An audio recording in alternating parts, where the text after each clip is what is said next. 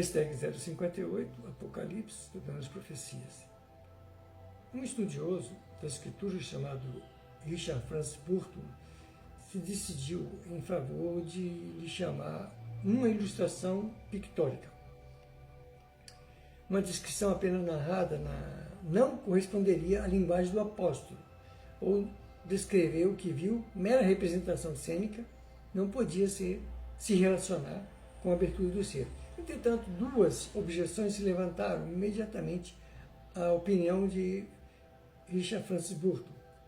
Primeiro, disse apenas que o livro estava escrito por dentro, não que continha ilustrações pictóricas. Segunda, São João viu as personagens que compunham as diversas cenas não fixas, imóveis sobre a terra, mas vivas, móveis, empenhadas ativamente nos papéis que eles tinham sido confiados.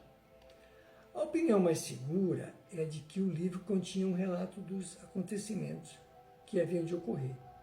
E quando os selos foram abertos e o relato foi trazido à luz, São João viu as cenas, não que se lesse escrita, mas representadas em caracteres vivos perante a sua mente no próprio local onde a realidade havia de ocorrer, ou seja, neste planeta Terra. E agora vemos o primeiro símbolo. E eis um cavalo branco. E o que estava sentado sobre ele tinha um arco, e foi-lhe dado uma coroa, que saiu vitorioso para vencer. É um símbolo bem adequado das vitórias do Evangelho, no primeiro século desta era cristã. E por quê? Porque a alvura do cavalo representa a pureza da fé naquele tempo. A coroa dada ao cavaleiro e o fato de avançar vitorioso, prestes a alcançar novas vitórias, o selo, sucesso com que a vitória, ou melhor, a verdade, foi promulgada pelos seus primeiros apóstolos. Eis aí tudo simbolizado no cavalo branco e no cavaleiro, que tinha um arco e a quem foi dada uma coroa, e saiu vitorioso para vencer. Portanto, é o próprio Jesus. Alguns estudiosos das Escrituras Sagradas objetam que os sacerdotes do Cristo, os emissários, os apóstolos, os missionários e o progresso do Evangelho não pode ser bem representado por esses símbolos guerreiros. Raciocinando agora, vamos lá. Por meio de que símbolo poderiam ser melhor representado a obra do cristianismo? Quando o cristianismo saiu como um agressivo princípio contra os vastos sistemas de erros com que, desde o início, teve de se debater. E até hoje, na verdade, ainda não houve cristianismo. Até hoje é um prefácio do cristianismo. O cristianismo mesmo só começa quando a humanidade passar a viver o novo mandamento de Jesus. O cristianismo, assim como as religiões de modo geral até aqui, são usadas como bandeiras, como campanhas de batalhas, usadas pela grande maioria como fator de brigas, xingamentos, excomunhões, fanatismo, histerismo e loucura.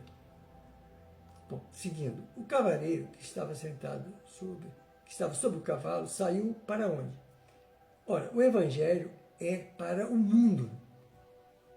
Só mesmo Jesus tem esse poder. Só Jesus é poder. Dizer que o Apocalipse já está superado se limitou praticamente aos tempos dos romanos. Isso é uma grande tolice. O livro vai até o fim do ciclo, vai até o terceiro milênio, até o fim desse milênio, quando ocorrerá a separação, que já está ocorrendo, dos maus. Será expurgado daqueles que seguem o Cristo e daqueles que adoram o anticristo. Será separação. Cristo, anticristo. Pois bem, os historiadores afirmam que sempre, que a história se repete. É uma verdade. Por isso é que, através das gerações, também se repetem os símbolos, os 7 selos, no caso. E se repete com outros acontecimentos ligados ao Evangelho, e sempre de grande importância para toda a humanidade. Assim, dentro do método histórico-profético, que é o que estamos estudando, o que estava montado no cavalo branco e saiu para vencer, já se repetiu na pessoa de Martim Lutero, né? Outros antes, mas vamos colocar esse aqui como um deles. Assim como também de Allan Kardec, que codificou a ciência do Espiritismo, que não é outra religião. Alguns andam usando como se fosse religião, mas é aquele pensamento arraigado lá, daquelas bandeiras que usavam para guerrear contra outros. Fazer, a minha é melhor do que a tua. Não é nada disso. Mas por quê? Porque tudo isso é a vitória por etapas evolutivas do Evangelho de Jesus. Né? Agora, à luz do novo mandamento. E não há Evangelho senão à luz do novo mandamento, que nós já estudamos aqui, já vimos, já. E não há Evangelho sem Apocalipse. Quem não sabe Apocalipse também não sabe mais Evangelho, porque o Apocalipse é o Evangelho moderno. Mas vamos continuar no capítulo 6, versículos 3 e 4. Havendo aberto o segundo selo, ouvi o segundo animal dizendo, vem e vê. E saiu outro cavalo, o cavalo vermelho. E ao que estava sentado sobre ele, foi-lhe dado que tirasse a paz do mundo, e que se matassem uns aos outros. Foi-lhe dado uma grande espada.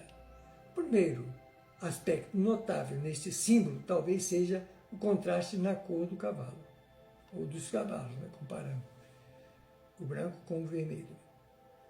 Esta foi distribuída, sem dúvida, com um objetivo. Se a alvura do primeiro cavalo representa a pureza do Evangelho, o rubor do segundo deve representar que neste período começa a se corromper aquela pureza original.